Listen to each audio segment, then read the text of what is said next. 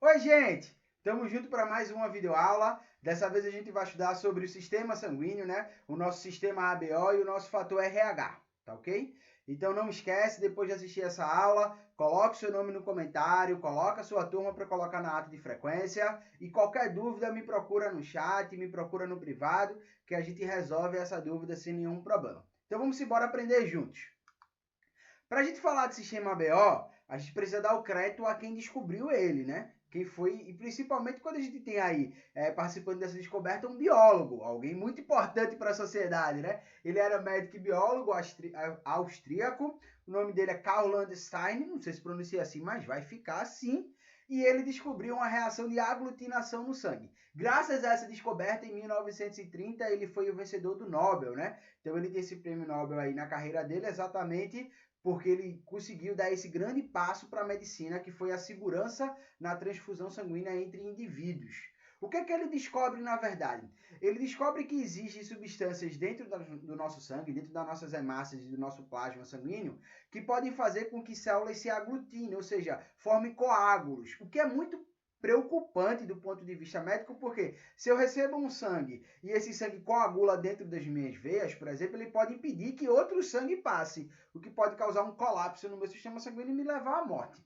Então, portanto, a gente diz que a descoberta dele é dividida em duas estruturas, né? As estruturas chamadas de aglutinogênios e as estruturas chamadas de aglutininas. Esses nomes normalmente são difíceis de lembrar, são substituídos por antígenos e anticorpos, que você já conhece, tá? Os aglutinogênios são os antígenos e as aglutininas são os anticorpos, beleza? Em outras palavras, são proteínas que estão na hemácia, são estruturas que ficam ao redor dessas hemácias, como estão aí representadas na figura. Existem estruturas proteicas que não dá para ver, obviamente, a gente pode fazer um esquemazinho, como esse daí, mas visualmente não dá para ver. Existem proteínas que podem ser de dois tipos, proteínas do tipo A e proteínas do tipo B, aqui representadas por bolinhas ou quadrados, tá? Então, essas proteínas que ficam ao redor da hemácia, ficam presas na membrana plasmática da hemácia, elas são chamadas de antígenos, ou também chamados de aglutinogênios, beleza?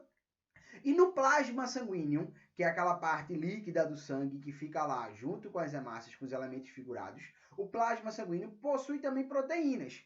Só que essas proteínas são chamadas naturalmente de anticorpos. São proteínas que se encaixam na membrana da célula para identificar como essa célula é. Tá? A gente nunca tem um anticorpo igual à nossa proteína da membrana. Ou seja, se eu tenho antígenos A, eu não posso ter anticorpo A, senão eu me feriria, né? Eu ia atacar minhas próprias células. Então a gente sempre tem anticorpos opostos. Fica essa dica, tá? O seu sangue tem anticorpos opostos. Se o seu sangue é B, então os seus anticorpos são A. Se o seu sangue é A, então os seus anticorpos são B. É só lembrar dessa dica aí, tranquilo? Então o que ele descobre é essas duas estruturas. De tal maneira que a gente faz a seguinte relação. Os sangues do tipo A, eles vão ter aglutinogênios do tipo A e vão ter aglutininas do tipo B. Ou seja, ele tem um antígeno na sua membrana tipo A, mas ele tem um anticorpo anti-B, ok? A mesma coisa acontece com B. Se ele vai ter antígenos do tipo B, então ele vai ter anticorpos do tipo A. O que acontece quando eu tenho um sangue AB? Primeiro ponto que eu tenho aí, se eu tenho um sangue AB, eu tenho uma codominância. Porque o que eu tenho aqui, ó, nesse exemplo aqui, para quem assistiu a aula anterior, são alelos múltiplos. Por que são alelos múltiplos? Lembra aí? Tic-tac, tic-tac. Isso aí, garoto. Por que você lembrou? Porque você assistiu a aula anterior e viu que alelos múltiplos é quando a gente tem mais de dois tipos de alelos para formar uma característica. Cada característica só tem dois alelos, mas eu tenho mais de duas opções. Eu tenho três aí. Eu tenho o A, o B e o que forma o O, né? Que é o recessivo. Mas A e B, eles não têm uma regra de dominância, como tinha lá no coelho. Eles não têm uma regra de dominância, ao contrário, eles mandam ao mesmo tempo, então é um codominante. Vê que loucura nosso sangue, ele é múltiplo e codominante ao mesmo tempo, beleza? Então, o meu sangue A e o meu sangue B podem vir juntos ao mesmo tempo, numa forma de codominância, formando um indivíduo AB, que vai ter aglutinogênios tanto do tipo A quanto do tipo B. Tem esses dois tipos de proteínas na membrana. Se ele tem os dois, ele pode ter algum anticorpo? Não, porque senão isso atacaria ele mesmo. Por isso que aqui na tabela está vazio. Ele não tem nenhum tipo de aglutinina, nenhum tipo de anticorpo. Beleza? E quem é o sangue do tipo O? O, zero, vazio. Se está vazio, não tem Nada, beleza? Ou seja, ele não tem nenhum tipo de aglutinogênio. Ele nem tem um A, nem tem um B. É o sangue que a gente chama de recessivo. Mas, ao mesmo tempo, se ele não tem nenhum aglutinogênio, ele tem duas aglutininas. Ele é contra o A e contra o B ao mesmo tempo. Ele tem anticorpos A, anti-A e anti-B. Beleza? De certa forma, a gente pode representar esses fenótipos em genótipos. Por uma convenção internacional, a gente usa para o sangue o alelo I. Então, a letra I. Não muda se eu mudar a letra, vai dar o mesmo resultado, mas é uma convenção, beleza? Isão dominante, Izinho recessivo. Então, se eu tenho um sangue do tipo A, o meu genótipo pode ser Isão A, homozigoto dominante, ou Isão A, Izinho, heterozigoto. Se eu tenho um sangue do tipo B, ele pode ser Isão B, homozigoto dominante, ou ele pode ser Isão B, Izinho, heterozigoto. Se eu tenho um sangue do tipo AB, codominante, Isão A, Isão B, os dois mandam na situação. E se eu tenho um sangue do tipo O, um sangue recessivo, Izinho, Izinho. Então, o O, ele é recessivo, portanto, A domina O, B domina O, mas A e B não se dominam, eles são codominantes. Tranquilo até aí? Ótimo. Partindo desse princípio, vamos treinar aqui uma questão. Vamos fazer uma questão teórica, beleza? Lembrando aí essa relação entre fenótipo e genótipo, quem pode produzir quem? Vamos lá. Os tipos sanguíneos do sistema ABO de 3 casais de 3 crianças estão mostrados a seguir. Você tem a criança A, B e C e os pais 1, 2 e 3. Tá? No primeiro casal, tanto o pai quanto a mãe têm o sangue do tipo AB. No segundo casal, tanto o pai quanto a mãe têm o sangue do tipo B. E no terceiro casal, um tem o sangue A e o outro tem o sangue O. Beleza? Imagine isso numa maternidade. Os três tiveram filho na mesma hora, no mesmo momento, misturaram as três crianças e ninguém sabe de quem é quem. Tá aquele buruçu, ninguém sabe quem é filho de quem. Eu poderia fazer um exame de sangue e olhar as probabilidades. É claro que ia depender muito, né? Mas eu poderia fazer isso. Então eu tenho lá uma criança do tipo A, uma criança do tipo O e uma criança do tipo AB. Tá ok? Vamos ver quais seriam as possibilidades. Sabendo que cada criança é filha de um dos casais, a alternativa que associa corretamente cada casal ao seu filho é o casal 1. Ele pode ter filhos de quais tipos? Olha, se eu juntar o A de um com o A do outro, vai nascer um filho do tipo A. Se eu juntar o A de um com o B do outro, vai nascer um filho do tipo AB. Não é isso? E se eu juntar um B de um com o B do outro, vai nascer um filho do tipo B. Então, ele pode ter filho A, filho B e filho AB. Ele só não pode ter filho O. Então, o casal 1 ou é pai da criança A ou é pai da criança C. Não dá para definir. Vamos para o casal 2. O tipo B. B com B, na minha cabeça, daria o quê? B. Oxe, então ele não é pai de nenhuma das crianças. Aí você precisa lembrar que o B pode ser heterozigoto. Portanto, esse indivíduo que está aí, ele pode ser Isão B, Izinho. E o outro pode ser Isão B, Izinho. Opa, se eu juntar Izinho com Izinho, vai dar que sangue? Sangue do tipo O. Então, eu posso afirmar que se alguma criança aí é filho desse casal, só pode ser a criança de tipo B ou de tipo O. No caso aí, o 2 só pode ser a letra B. Sacaram? Tem que prestar atenção nisso aí. No indivíduo 3, ele é A e O. Então, A com O pode formar tanto A quanto pode formar O. Então, só sobra para a gente a relação. Se o O tem que ser do casal 2, só sobra para a gente a relação entre 3 e o A. Portanto, o primeiro casal fica com o filho do tipo AB, o segundo casal fica com o tipo O e o terceiro casal fica com o tipo A. A letra E. Primeiro C, segundo B, terceiro A. Tá vendo como o sangue é uma coisa simples? É só eu lembrar da regra de dominância. A domina O, B domina O e AB se domina ao mesmo tempo. São codominantes. Tranquilo até aí? Ótimo. Então vamos em frente. Como determinar o tipo de sangue? Para a gente determinar o tipo sanguíneo, eu preciso fazer um teste. Esse teste é feito em qualquer lugar que faz análises clínicas. Vocês, quando entraram na escola, fizeram um teste desse, ou deveriam ter feito, para guardar na escola qual é o tipo de sangue de vocês, tá? Esse teste também pode ser feito em casa, só não façam, viu? Cuidado que isso aí está se furando. Mas esses kitzinhos vendem na internet, você consegue comprar no Mercado Livre, tá? A gente vai e compra esse kit de soro, são reagentes que vão simular os nossos anticorpos, o anticorpo anti-A e o anticorpo anti-B. aí representado na cor azul e amarela, tá? O azul é o anti-A e o amarelo é o anti-B. Sempre é um padrãozinho, sempre vem essas duas cores quando você compra esse kitzinho, tá? Então, como é que eu faço a determinação? Eu pego uma plaquinha e coloco o soro anti-A e o soro anti-B. Coloco os dois soros numa plaquinha. E eu pego um sangue e pingo tanto no anti-A quanto no anti-B e depois eu vou homogeneizar, vou misturar. É só seguir a sequência, ó. Se você seguiu a sequência, colocou primeiro o anticorpo, anti-A e anti-B, depois colocou o sangue nos dois, depois que colocou o sangue nos dois, misturou eles dois e depois espera o resultado.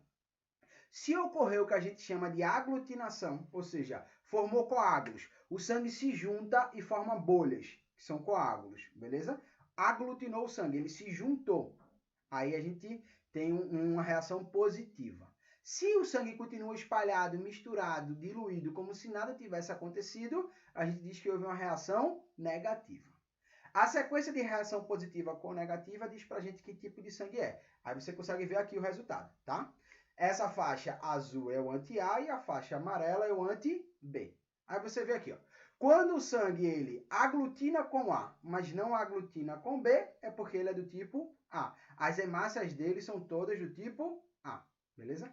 Quando ele não aglutina com A, mas aglutina com B, é porque você é do tipo B. Quando ele aglutina tanto com A quanto com B, com os dois, é porque você tem na sua hemácia tanto proteína A quanto proteína B. E quando ele não aglutina com nenhum dos dois, é porque você não tem nenhum aglutinogênio, você não tem nenhum antígeno na sua hemácia, portanto, o seu sangue é do tipo O. Beleza? Tranquilo até aí? Vou rapidinho aqui tomar uma água e volto pra gente terminar, porque tá calor aqui em casa, viu? Já volto. Então lá, vamos voltar, né? Se hidratar é sempre importante, viu, gente? Tá na quarentena e não esquece de beber água não, tá? Então vamos em frente. Dando continuidade aqui ao nosso conteúdo, a gente vai para a compatibilidade sanguínea. Ora, se eu já sei que existe essa relação entre aglutinogênios e aglutininas, então eu tenho que lembrar que existe uma relação de compatibilidade, que foi exatamente isso que fez ele ganhar o prêmio Nobel, né? Qual seria a configuração do meu sangue? Tá aí, ó. Nesse esquema aqui você consegue ver toda a configuração do sangue. O sangue do tipo A, ele tem na sua hemácia antígenos do tipo A e ele tem anticorpos anti-B. O sangue do tipo B tem antígenos tipo B e anticorpos anti-A. O sangue do tipo O, como não tem nenhum antígeno, ele tem dois anticorpos, tá? Ele tem um anti-A e um anti-B. E o sangue do tipo AB, como tem os dois antígenos, ele tem o A e o B, ele não tem nenhum anticorpo. Então é só pensar agora na relação que eles podem fazer entre si. Vamos começar pelo O, tá? Como o O ele é uma hemácia lisa, não tem nenhuma proteína ao seu redor, nada que identifique ela dentro de outro corpo, então a gente diz que ela pode ir para qualquer lugar e não vai ser reconhecida. Não vai ter quem conheça ela, não tem nada para ela ser reconhecida. Portanto, ela pode ir para o sangue AB, ela pode ir para o sangue B, como ela pode ir para o sangue A. Não importa para onde essa hemácia for, ela não tem nenhuma estrutura ao redor dela que sirva para identificá-la dentro de outro organismo. Então, ela pode ir para qualquer sangue, por isso que é normalmente chamada de doadora universal. Ela doa para o B, para o AB, para o A e, obviamente, doa para ela mesmo, tá? Quando a gente vai para o sangue do tipo A, aí a gente já começa a ter um probleminha aí pela frente. Por quê? Porque ela tem uma estrutura que vai fazer com que ela seja reconhecida dentro de outro organismo. Olha, se ela tem um antígeno do tipo A, se ela for para o sangue O tem um anticorpo contra ela, então ela não pode ir para o sangue O. Se ela for para o sangue B, o B tem um anticorpo contra ela, então ela também não pode ir para o sangue B. Mas se ela for para o sangue AB, tem algum anticorpo lá? Nenhum. Então ela pode ir para o sangue AB ou pode doar para ele mesmo. Então A doa para AB ou para ele mesmo. A mesma relação que tem no A vai acontecer no sangue B. O que acontece aqui? Ele não pode ir para o O porque o O tem anti-B. Ele não pode ir para o A porque o A tem anti-B. Mas ele pode ir para o AB porque o AB não tem anticorpos. Ou pode ir para ele mesmo. Já o sangue AB não pode ir para o A. Por quê? Porque o A tem anti-B e ele tem B. Não pode ir para o B. Por quê? Porque o B tem anti-A e ele tem A. E muito menos pode ir para o O. Por quê? Porque o O tem anti-A e anti-B. Ia destruir ele mais rapidamente do que qualquer um outro. Portanto, o AB só pode ir para ele mesmo. Tá? A gente tem um sangue aí em contrapartida, é o sangue solidário, que é o sangue O, e tem o sangue egoísta, né? Que é o sangue AB, só doa para ele mesmo. Então, fazendo uma relação de compatibilidade sanguínea, a gente pode dizer a seguinte sequência. O sangue A, ele vai receber de A e de O e vai doar para A e AB. Então, ele recebe de 2 e doa para 2. O sangue B, ele recebe de B e de O e doa para B e AB. Ele recebe de 2 e doa para 2. O sangue AB, ele recebe absolutamente de todo tipo sanguíneo, só que só doa para ele mesmo. É o que a gente chama de receptor universal. Recebe qualquer sangue, mas só doa para ele mesmo. E o sangue O, ele só recebe dele, mas doa para todos os tipos de sangue. É o que a gente chama de doador universal. Recebe de um, mas doa para todos os tipos de sangue. Beleza? Então, essa é a relação de compatibilidade que foi descoberta e que mudou como a gente vê a medicina do ponto de vista de transfusão sanguínea, né? Outro ponto que surge importante aqui é aquele positivo e negativo que costuma aparecer no nosso sangue. Quando alguém pergunta qual é o seu tipo de sangue, você vai dizer A positivo, é B negativo, é O positivo. A gente sempre coloca esse positivo e negativo. Positivo e negativo não é o tipo de sangue, né? Porque não é o nosso sistema sanguíneo. Mas é um novo anticorpo, é um novo aglutinogênio, é um novo antígeno que pode estar presente no nosso corpo ou não, tá? Então é como se eu tivesse mais uma estrutura proteica, eu tenho lá mais uma proteína, mais uma estrutura proteica, que pode estar presente no meu plasma. Não é necessariamente lá, ele vai estar obrigatoriamente lá, mas se ele estiver presente, aí eu digo que eu tenho uma relação aí de positividade. E se ele não estiver presente, eu tenho uma negatividade. Então, eu tenho aí positivo ou negativo, tá? Então, o fator RH, ele tem esse nome porque ele foi descoberto através de experimentos com macacos do gênero Rhesus. Aí, Rhesus se escreve com RH, ficou fator RH, tá? Por que usado macacos? Porque mamíferos mais próximos da gente, que fez com que a gente pudesse fazer essa correlação, tá? São primatas iguais a nós. Então, no final das contas, foi usada a macaca mulata e isso levou aí cerca mais ou menos de 40 anos, 4 décadas, depois da descoberta do sistema ABO. Então, a gente descobre o sistema ABO, mas percebe que ele tem um padrão que às vezes é falho. Eu tenho sangues que são compatíveis, mas que ainda continuam gerando aglutinações. Oxente, como é que pode ser compatível e ao mesmo tempo aglutinar esse sangue, formar coágulos? Então eu percebo que no final das contas pode existir mais alguma coisa. Então aí nesse esquemazinho você consegue ver, né? A retirada do sangue do macaco Rhesus, que é levado até um coelho. Esse coelho, obviamente, tem um sangue compatível com o dele, você pode sangue A com A, e aí leva, beleza? Só que lá dentro desse coelho, depois que ele recebe o sangue, ele produziu um anticorpos, que ninguém até onde saberia o porquê. Depois retirou isso do coelho e levou de volta para o macaco. E quando leva para o macaco, acontece uma aglutinação. Hoje sabe-se, por exemplo, que nesse exemplo aí a gente tem um indivíduo negativo com um positivo. E aí quando eu levo o sangue do macaco para o coelho, nada aconteceu. Mas quando eu trago o sangue do coelho para o macaco, por ter a presença de um fator RH positivo, faz com que ocorresse o quê? Aglutinação de hemácias, porque há uma relação entre os dois. Então a gente chama isso aqui de fator RH positivo quando eu tenho uma presença desse antígeno e RH negativo quando eu não tenho a presença desse antígeno a mais, tá? O positivo é dominante e o negativo ele é recessivo. Por ser RH, escolhe-se a letra R, mas pode ser qualquer letra, tá? Rzão, Rzão, Rzão, Rzinho vai ser positivo e Rzinho, Rzinho vai ser negativo. No ponto de vista de doação de sangue, funciona assim. O negativo, por ser uma ausência, por não ter antígenos, não é reconhecido. Então, ele pode doar para o positivo e pode doar para ele mesmo. O positivo, por ele ter a presença desse antígeno, ele só pode doar para ele mesmo. Porque se ele doar para o negativo, isso vai fazer com que esse indivíduo cause o quê? A morte dessas células. Produz anticorpos para matar essas células, porque vai reconhecer uma estrutura que não existe dentro deles. É como se fosse um invasor. Se é uma coisa que eu não tenho, não é minha. Se não é minha, é um invasor. Se é um invasor, anticorpos nele para destruir. Beleza? Tranquilo? Qual é o grande problema do fator RH? É uma doença conhecida como eritrobastose fetal. Vocês já ouviram falar, tá?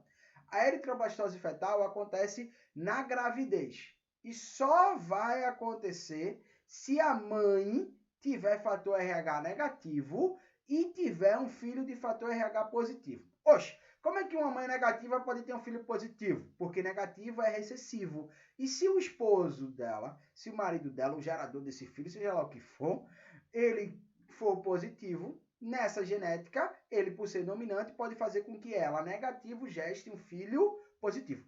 Não depende do tipo de sangue, se é A, se é B, se é AB ou se é O. Só depende se ele é positivo ou negativo. Mães, vocês, todas que desejam ser mães, que tenham sangue negativo e tiverem um parceiro do sangue positivo, precisam fazer o teste durante o pré-natal para ver se corre o risco de ter eritroblastose fetal. Porque se o filho for positivo e você negativo, pode acontecer. Normalmente acontece a partir da segunda gestação. Segunda, terceira, quarta, quinta. Você que vai ter 10 Bolsa Família aí pela frente, então você tem que tomar cuidado, porque depois da segunda gestação em diante, isso pode acontecer. Como é que acontece? Beleza? Veja bem, eu sou a mãe. Olha que fofo. Eu tô até gordinho, mas tudo bem. Eu sou a mãe. Ótimo. E aí eu sou de fator RH negativo. E eu gero um filho de fator RH positivo. Quando for no momento do parto, é involuntário. No momento do parto, o sangue do meu filho vai entrar em contato com o meu sangue. Ô, professor, mas durante a vida toda, o sangue da mãe não entrou em contato com o sangue do filho? Concordo, durante a gestação toda. Só que a mãe é negativa, tá jogando para o filho, que é positivo. Negativo pode ir para o positivo, sem problema nenhum.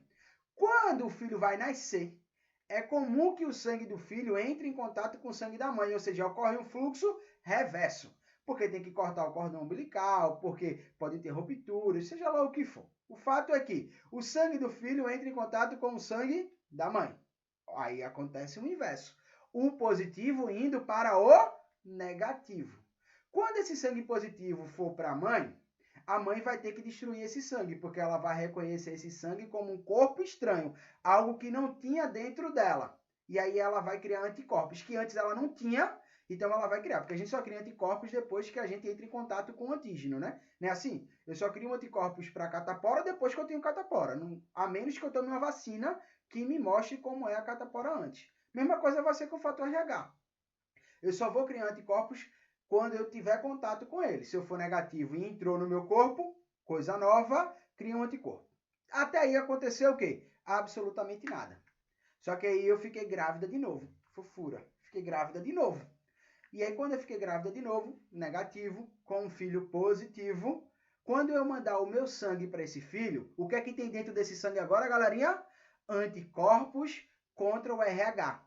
E aí eu começo a destruir o meu filho durante a minha própria gestação. Ou seja, o meu sangue que alimenta o meu filho é o mesmo sangue que mata o meu filho dentro de mim. E a gente chama isso de eritroblastose fetal, o que normalmente leva à morte do feto. Beleza? Professor, tem como fazer isso não acontecer? Tem sim. Para isso a gente vai ler essa questão do Enem do ano de 2017. Olha o que a questão dizia. Uma mulher deu à luz a seu primeiro filho e, após o parto, os médicos testaram o sangue da criança para a determinação do seu grupo sanguíneo. O sangue da criança era do tipo O positivo. Imediatamente, a equipe médica aplicou na mãe a solução contendo anticorpos anti-RH, ou seja, é um anticorpo contra um anticorpo RH, beleza? Uma vez que ela tinha o sangue do tipo O negativo. Então, olha, ela era negativa e teve um filho positivo. Qual a função dessa solução de anticorpos? Modificar o fator RH do próximo filho. Será que eu posso modificar um genótipo, gente? Ainda mais sabendo que o genótipo é uma relação entre o pai e a mãe. Eu tomar um anti-RH vai modificar genótipo? Mas tudo bem. Destruir as células sanguíneas do bebê, aquelas que entram em contato com a mãe.